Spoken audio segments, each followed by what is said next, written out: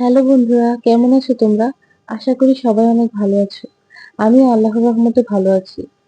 আজকে আমি তোমাদের সাথে একটা ছোট্ট ব্লগ শেয়ার করব। তো চলো ব্লগটা দেখতে থাকো। আজ ঘর থেকে বের হয়েছিলাম একটা এক পাটের আলমারি কিনবো বলে। তো পথে কিছু কোকারিজের দোকান দেখতে পেলাম।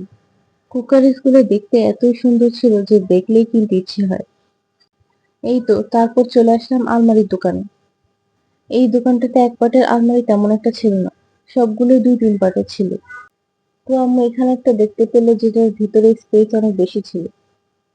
আর আমারও এমনই একটা আলমারি দরকার ছিল যেটার স্পেস অনেক বেশি।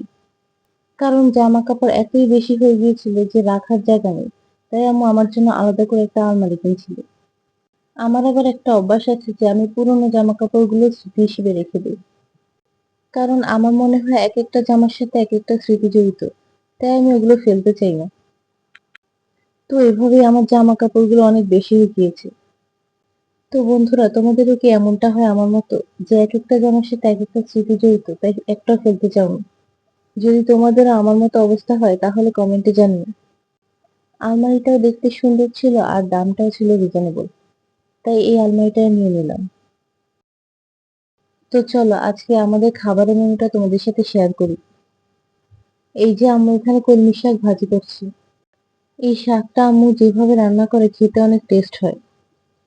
আসলে মাংসের থেকে আমাদের শাকসবজিটা একটু বেশি খাওয়া উচিত, কারণ এগুলো আমাদের হেলথের জন্য অনেক ভালো। এই যে আম্মু এখানে একটা মাছের আইটেম তৈরি করবে। এখানে করলা, আলু আর মাছ দিয়ে আম্মু একটা মাখা ঝোল তৈরি করবে। বন্ধুরা, এ পর্যন্ত যদি কেউ থেকে থাকো আর তোমাদের কাছে যদি আমার ভিডিও একটু ভালো লাগে, তাহলে ভিডিওটা লাইক দিয়ে কন্টিনিউ করবে। আর যদি নতুন কেউ আমার এই ভিডিওটা ফেসবুক থেকে দেখে থাকো, তাহলে আমার পেজটা লাইক করে দিবে। আর যদি ইউটিউব থেকে দেখে থাকো তাহলে আমার চ্যানেলটা সাবস্ক্রাইব করে দিবে। করলাটা রান্না করার পর আম্মু এখানে ব্রয়লার মুরগি রান্না করার জন্য মুরগিটা আগে ভেজে নিচ্ছি। এরপর মশলাটা কষিয়ে মুরগিটা এখানে দিয়ে ভুনা ভুনা করে রান্না করে নেবে। আসলে বন্ধুরা, আম্মু এখানে 2 দিনে রান্না করে নিচ্ছি। আম্মুর একটু কাজ আছে তো তাই পরের দিনের রান্নাটাও আজকে সেরে নিচ্ছি। আম্মুর মাঝে মাঝে এরকম কাজ আসলে আম্মু 2 দিনের রান্নাটা এভাবে করে নেয়। আগের করলাটা আম্মু রুই মাছ দিয়ে রান্না করেছিল, এখন করবে আলু আর টমেটো দিয়ে পাবদা মাছের ঝোল। এই জন্য আম্মু আলুটাকে আগে মশলা দিয়ে কষিয়ে নিচ্ছি। মশলাটা কষানো হলে আম্মু ঝোলের জন্য পানি দিবে, তারপর মাছ দিলেই হয়ে গেল তরকারিটা। বন্ধুরা, আমার কাছে তো মনে হয় রান্নাটা অনেক কঠিন। মাঝে মাঝে আমার মনে হয় আম্মু কিভাবে এত গরমের মধ্যে রান্না করে। তো বন্ধুরা, আজকের ব্লগটা এখানেই শেষ করলাম।